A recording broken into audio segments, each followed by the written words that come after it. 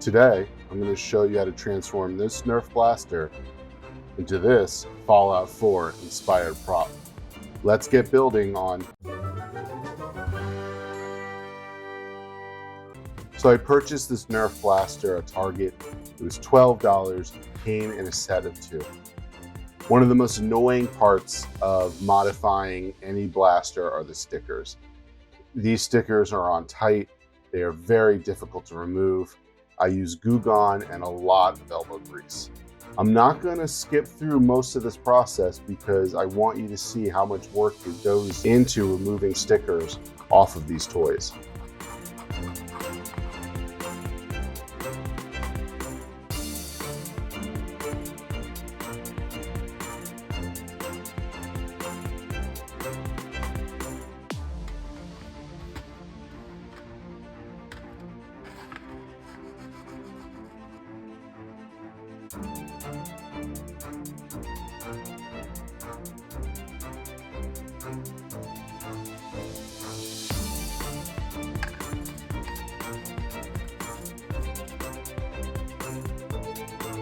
At this point, I've lost my patience and I've switched to a high grit sandpaper block.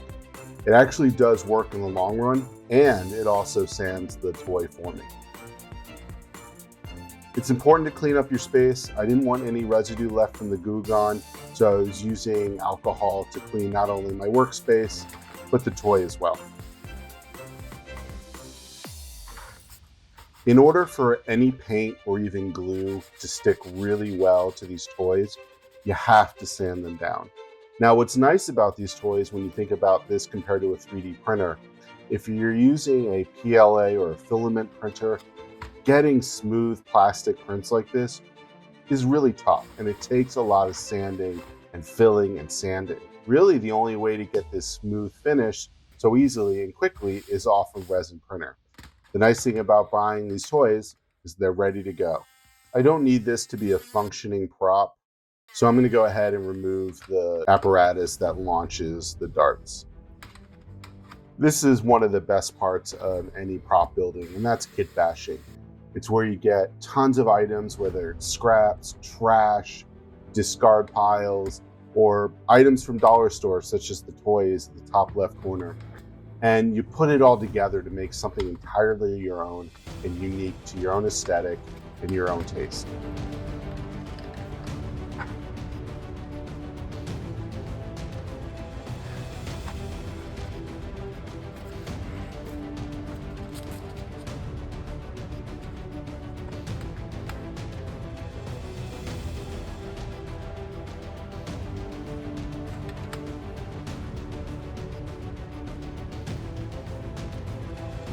I try not to throw anything away. This scope is made from a discarded broken 3D print that failed mid-process. So I'm going to use it and mechanically attach it to the top of the Nerf blaster.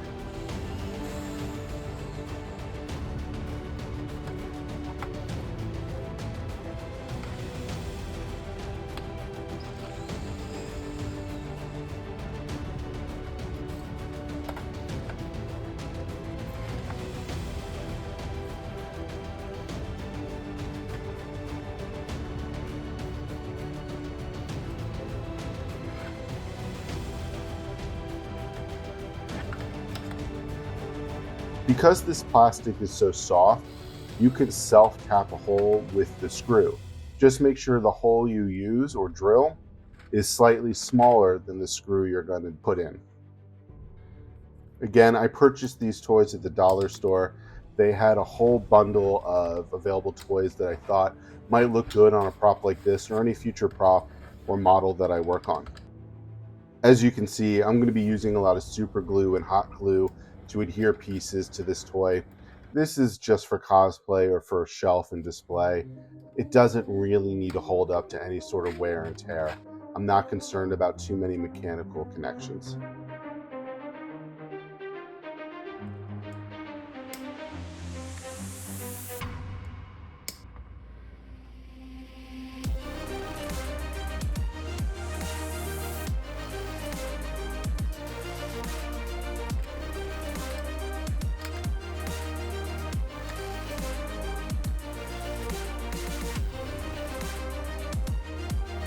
I purchased those pliers as well as some brushes you're going to see later in the build from the dollar store. This is some leftover craft foam I had from another project. I wanted to make it look like the scope was attached to the prop just beyond a screw. So once this is painted, it should look like a bracket that's holding the scope in place.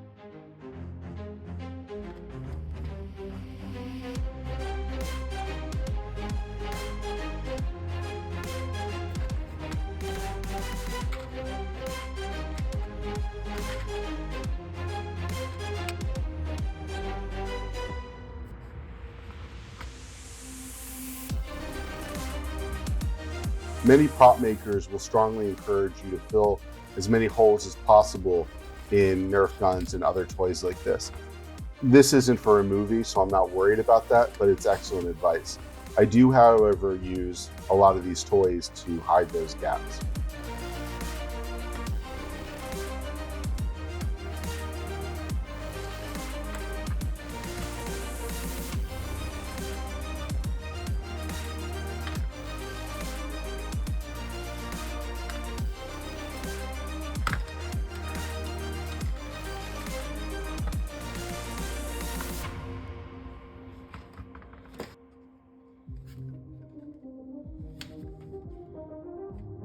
This can came with the Nerf blaster for target practice. I love the ridiculous nature of the muzzles and the silencers in the Fallout games. So I'm going to go ahead and use this can as a muzzle. I'm attaching to it a track from an old 3D printer I discarded. It's not only going to hide the seams, but it's going to help add more rigidity as well.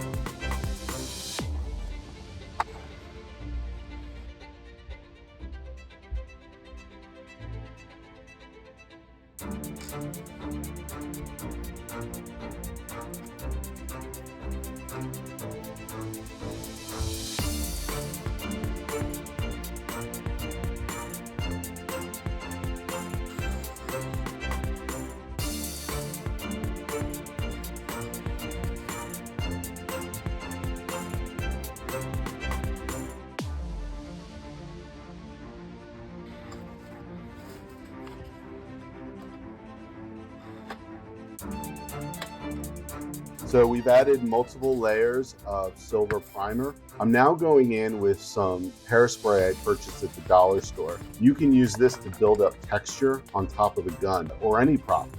So now we've hit the mustard stage. Again, the mustard allows us to paint and then wipe away to create chip marks.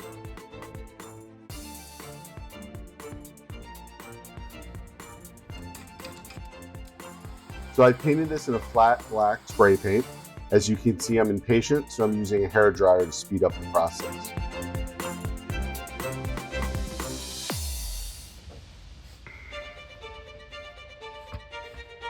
Now that I'm wiping away, I may have used a little too much mustard. It's wiping away so much that I've over chipped for what I wanted, and I'm getting mustard residue on my prop.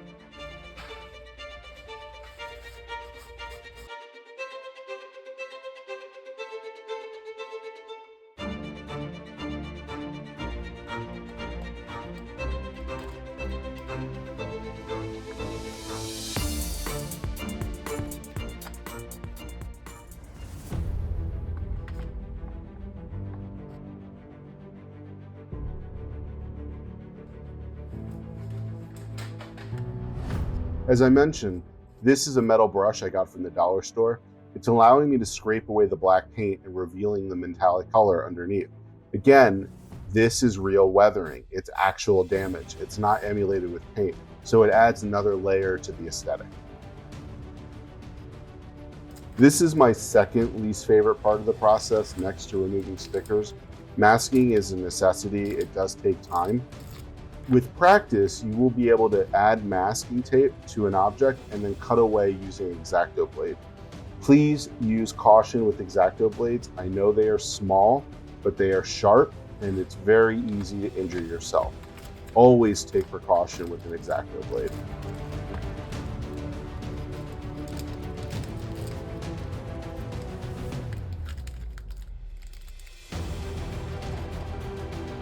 Now that we've painted the butt of the gun brown to mimic the paint job on the Fallout 10mm gun, I'm going to go in and start adding metal highlights just to give additional accents. The reason I use Q-tips is because I don't want to ruin a brush. This pen is oil, but all I have is an oil-based pen or silver spray paint, and silver spray paint will ruin your brushes. The Q-tip is essentially the equivalent to dry brushing. Now we're using my favorite colors, yellow ochre, ochre, and burnt sienna to build up rust textures.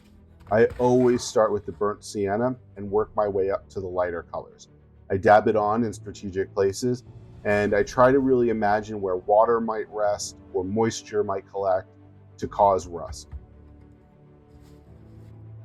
Again, I'm impatient, so I like to blow dry throughout the process.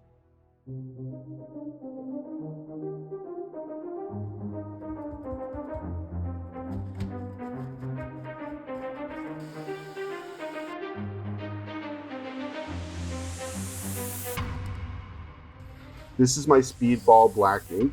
It works really well as a wash. It's water soluble. The wash is also going to help tone down a lot of those rust marks. You can see they're very yellow and a little bit of orange right now. I want those to recede a bit more into the gun. So with the black wash, you layer it on and then you wipe away. You layer it on and you wipe away. It does tone down the silver highlights, so I go back in with my paint pen just to accent those a little bit more.